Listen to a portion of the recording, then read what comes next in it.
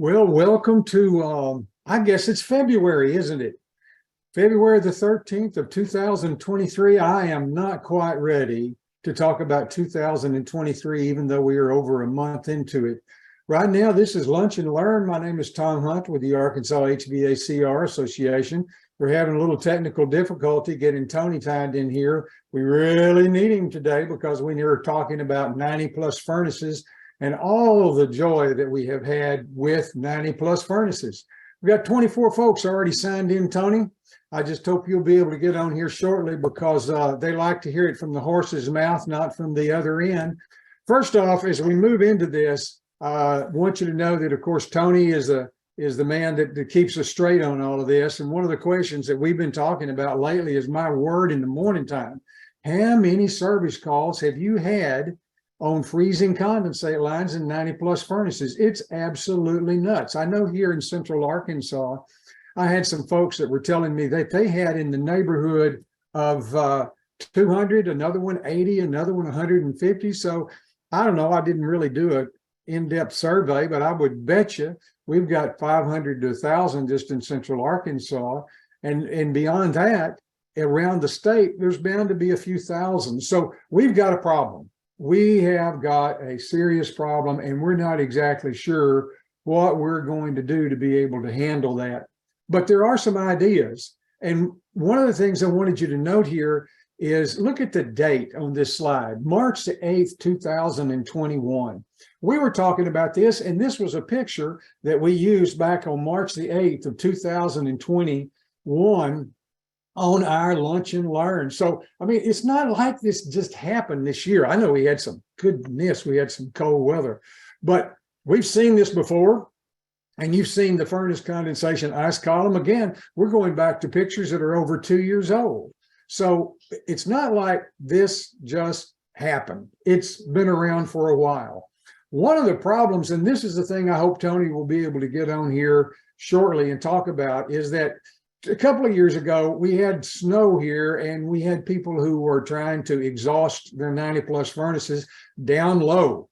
We know that this has got to be at least 12 inches above grade. And there's, it's got to be even higher than that if there's a possibility of you having snow that would be stopping it up. So I'm not exactly sure what that is. And that's why we needed Tony. We had this next picture where we were looking at, okay, when you break through the roof line there, how much space do you need above where you break through the roof to where you can go up there and make sure that you're clearing the snow. And again, I remember Tony had a particular measurement, but you don't necessarily have to have code or the chief inspector to tell you you need to work on that. And I think I'm seeing Tony coming up there now. Do I see you? Son, that was a minute. You're there, aren't you?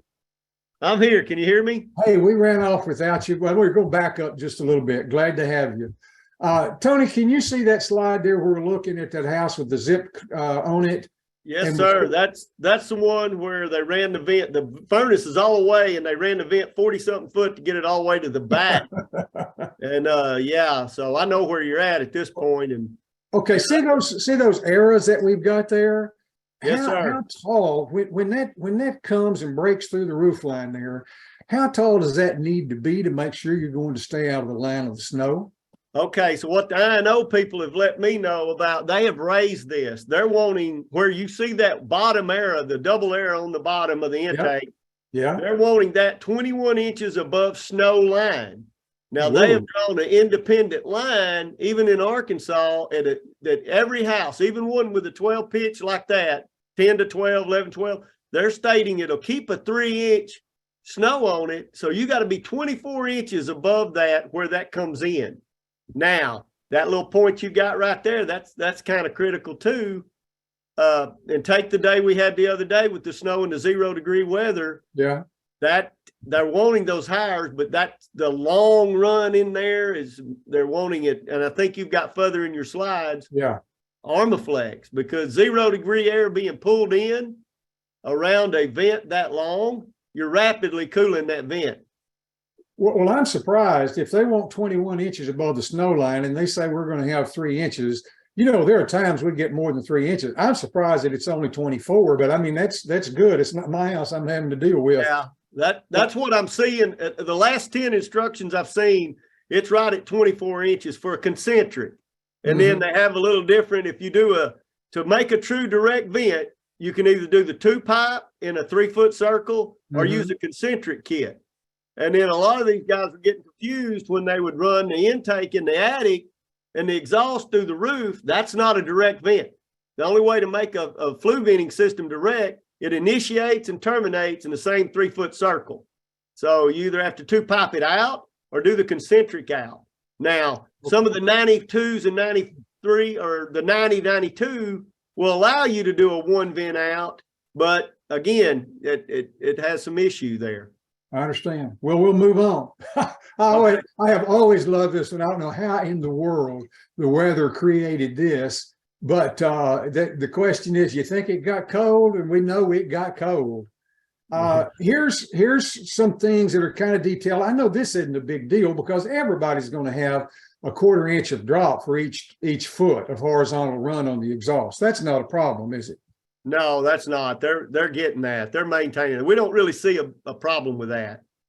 Here is some interesting charts, and this came from manufacturers, not from code, where they were talking about, you know, your maximum allowable intake or exhaust vent length in feet.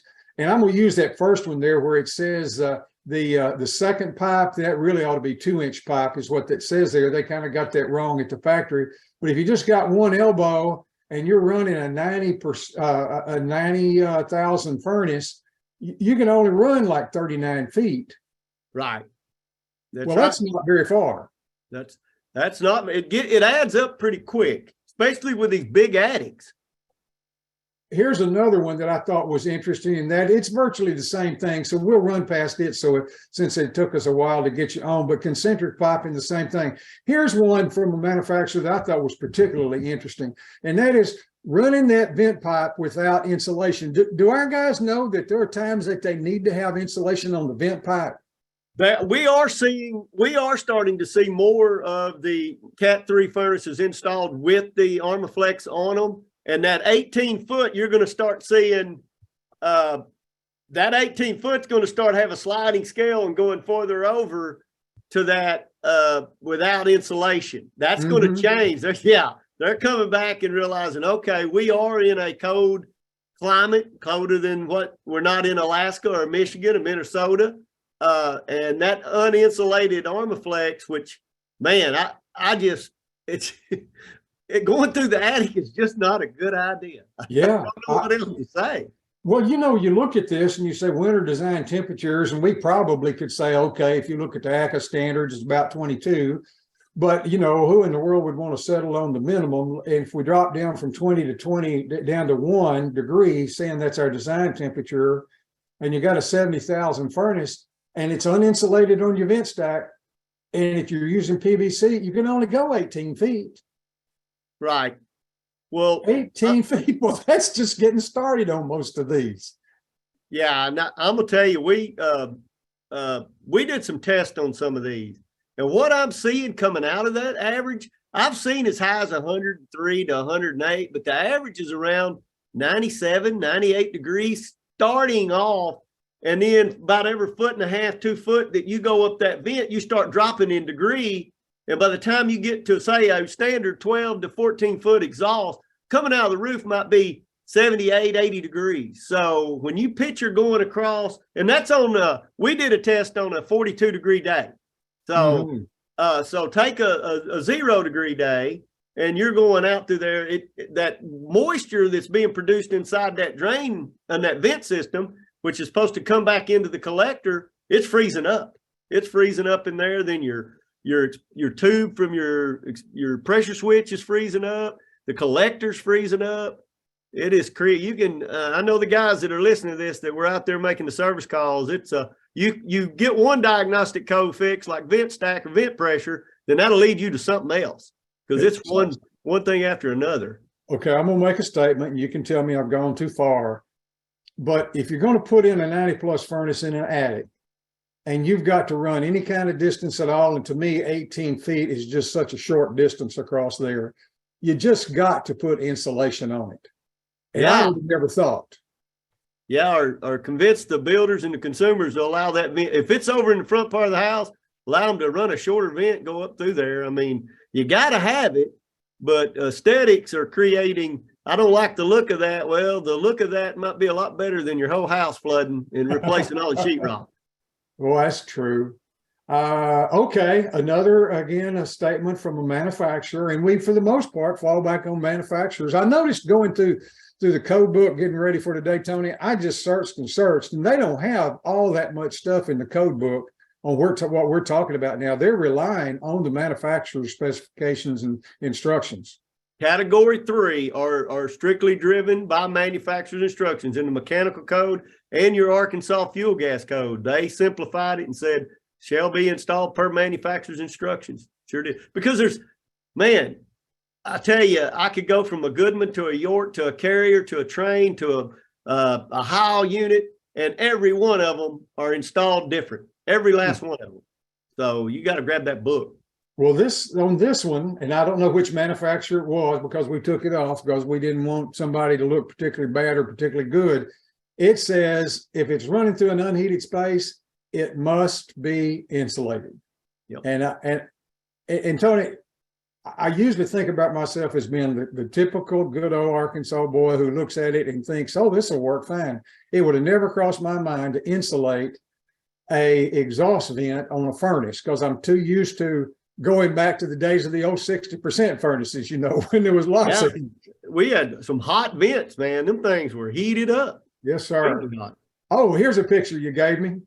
That's okay. That's okay. So the picture you saw where you measured with the air is that zip, that is the house. That's how, that was a 40. This picture doesn't do it justice because if you look, this is stretched. Those are 20 foot and 20 foot long. Those are long. That thing was 40 something foot across that attic all the way to the other side before it went up to the concentric kit. And while you've got your deal on that rain and shine, ladies and gentlemen, that purple primer, I do see you gotta have the purple. That's in your manufacturer's instructions. We had too many fall apart. If you don't adhere those two together, they'll go through a winter and a summer. The exchange, they will just come undone. You can just pull them undone by your hand. And that rain won't work if it's not primed. That's one thing I noted that was in code. And the reason I noted it is I had several people say, well, where's that in code? And I'd say, I don't have a clue. But I ran across it yesterday when I was going through for this presentation today. And they're pretty firm about it. They just say you got to do it. They added it in the fuel gas code now, Tom. It's in the 2018 fuel gas code. It must be. I noticed that. Yeah. Yes, sir. See, now you can see that's the same picture. So you can see, you see how far that is now.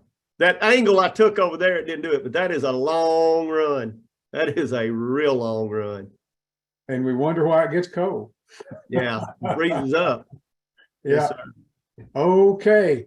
Again, with insulation versus insulation, how far you can run it without or with, and you can see is a big difference between design of 0 without insulation, maybe 20 feet, with insulation, maybe 70 feet. So, and you look at your, I mean, it's just those 3 or 4 days we have in December, January, or February that catch you. The rest of the run hours, you might be fine. We might go through one of these winters without it, but when we do, get ready. It's going to freeze up. I always love it when people say, well, it's only just a couple of days. And I'm thinking, yeah, you don't need but a couple of days to ruin the attic and create lots of dollars worth of expense. Here we go. Just the connectors, making sure that you don't transition from smaller to larger when you're on a horizontal run. And I'm going to back up just a minute. Is that enough support on that pipe running across there? It looks no, like that's not. That's actually a very good point. Your PVC, it doesn't specify whether it's a 2-inch to 8-inch.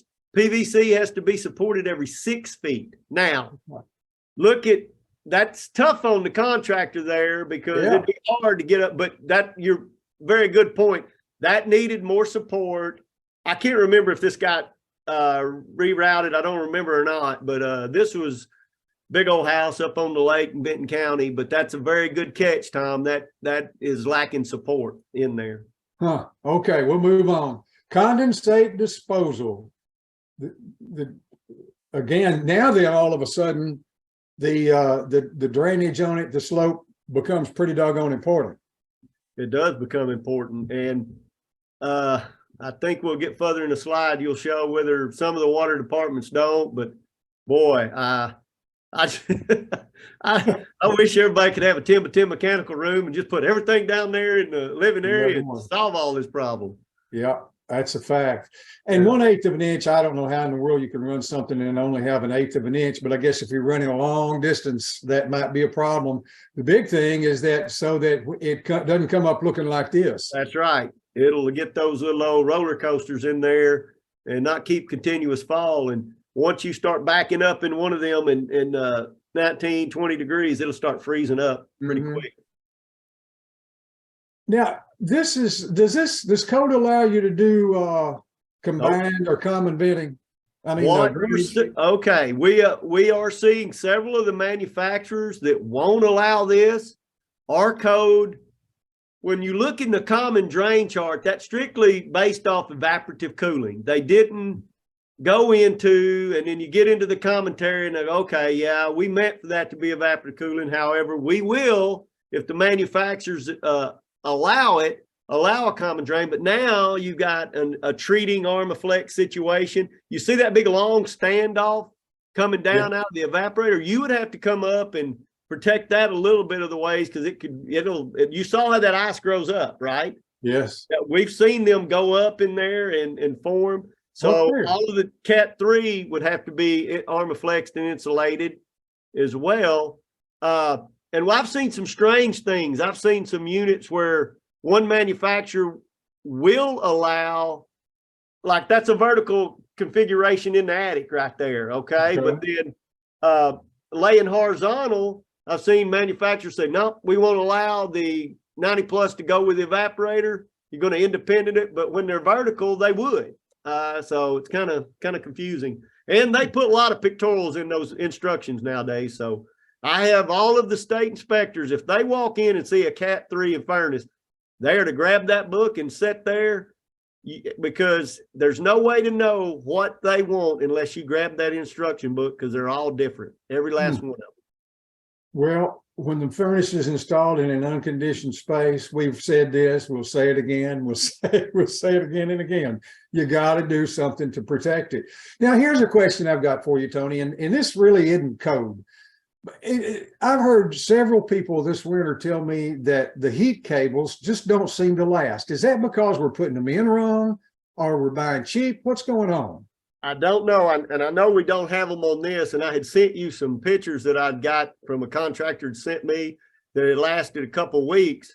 They overheated, caught on fire, didn't go through. Yeah. They got it sent to you after those others. So it might've got lost in the shuffle there. And he got close-ups on them. Yeah, so they did heat up, and they heated up at a slow rate on the electrical current that they didn't trip the breaker. And that thing was on a GFCI breaker. And they still sat there and caught on fire because they didn't heat up enough for the amp draw, because they're a 3-watt self-regulating heat tape. Well, that's not going to draw much amperage, but yet the low voltage and then the heating keep on, it caught it on fire. And he was like, this is just not a good idea, having this touching up against wood and going down in through your attic. I said, you're right, it's not. And he sent me those pictures. Again, another area where they're trying to prevent it from freezing and creating another hazard in itself, trying to do the right thing to stop it from freezing, but can be creating another hazard all in one. Well, now I have heard, and again, I've not looked at any of the heat tape cable, and I ought to be ashamed of myself for not doing that prior to today. But I have heard that you shouldn't wrap the heat tape cable where it's touching. There ought to be some space between each wrap. Is that right? I've seen both, Tom. I've seen a 3-watt self-regulating cable that they say zip tied on there, and it should be mounted at 10 or 2, or like a 2 or 4 down low like that. and zip tight. And then I've seen some that have, it was a pre-made one, already had the plug in on and everything. It's only 20 feet long, and it had spacers that came with it. Glue this on the pipe and make sure the heat tape is touching the pipe and zip it onto these spacers. So I've seen both. I have. Well, if there's a potential of fire, a contractor really needs to dig into that and find out from his distributor and from the specification sheets on what they need to do.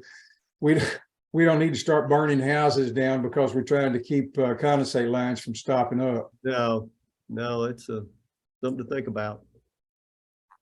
Okay, the 3/4 inch requirement, everything has to go to 3/4 inch now. And that's critical on your ductless mini splits as well. When they come out with that 5/8 tubing, once you come out of that wall, that needs to increase to a 3/4. All condensate drain has to go to 3/4 inch now. It can be copper, it can be plastic, it can be the PVC. I don't know how folks afford a copper drain line if you can keep it on the wall.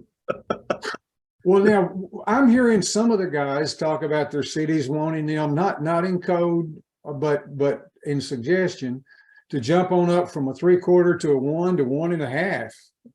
I do. I have some city inspectors as well as working with their contractors in their town. We've got some this year. They've installed new Cat 3s and have upsized those. And I'm just like, let's track it. Let's keep a track on it and see, does it help?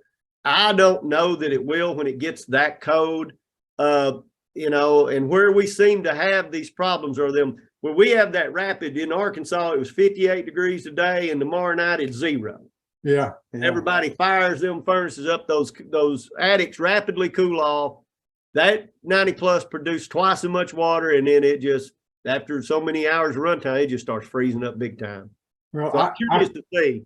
I can see that it would take longer to freeze that much extra water. I mean, I could see that. On the other hand, if you don't have that thing where it's got a good slope, more than 1/8 of an inch, the water's going to stay in there too long. Anyway, that's just one person's opinion. I think that's their principle of thinking. They're giving it a little bit longer time to run before to freeze up the capacity, and then maybe it'll start thawing out. Yeah. We'll move on here. We were talking about how wonderful it would be if we would be able to drain over into the wastewater system, but I only know of one city in the state of Arkansas that'll let you do that. And the likelihood of that happening is pretty slim because there's a lot of politics that goes into that, a lot of money.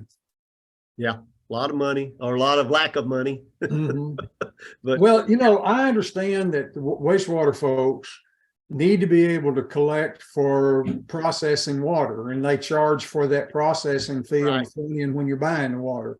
So if we're all of a sudden having a big bunch of people putting in 90 plus furnaces, we're putting in quite a bit of water, and somebody's got to pay to process it. And I don't know how we're going to solve that problem. And we also have a capacity problem if we start dumping a lot of water in there. But maybe one of these days we can all get together and find a solution that meets everybody's needs. Tony, you got anything else to talk about before we close out?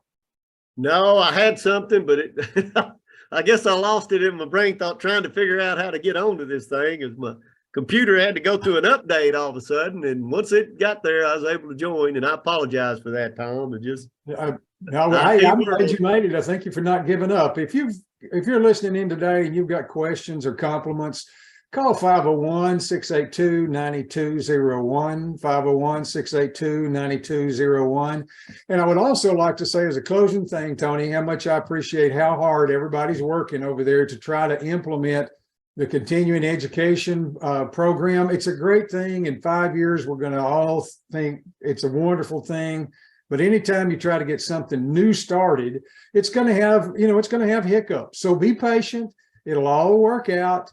And get with your distributors and make sure that you are attending the classes that they have. I'm so thrilled to see all these distributors offering classes for you to be able to get your technical and code. And so you can go to the website over there at Labor and Licensing and find out who all is involved with being able to offer continuing education.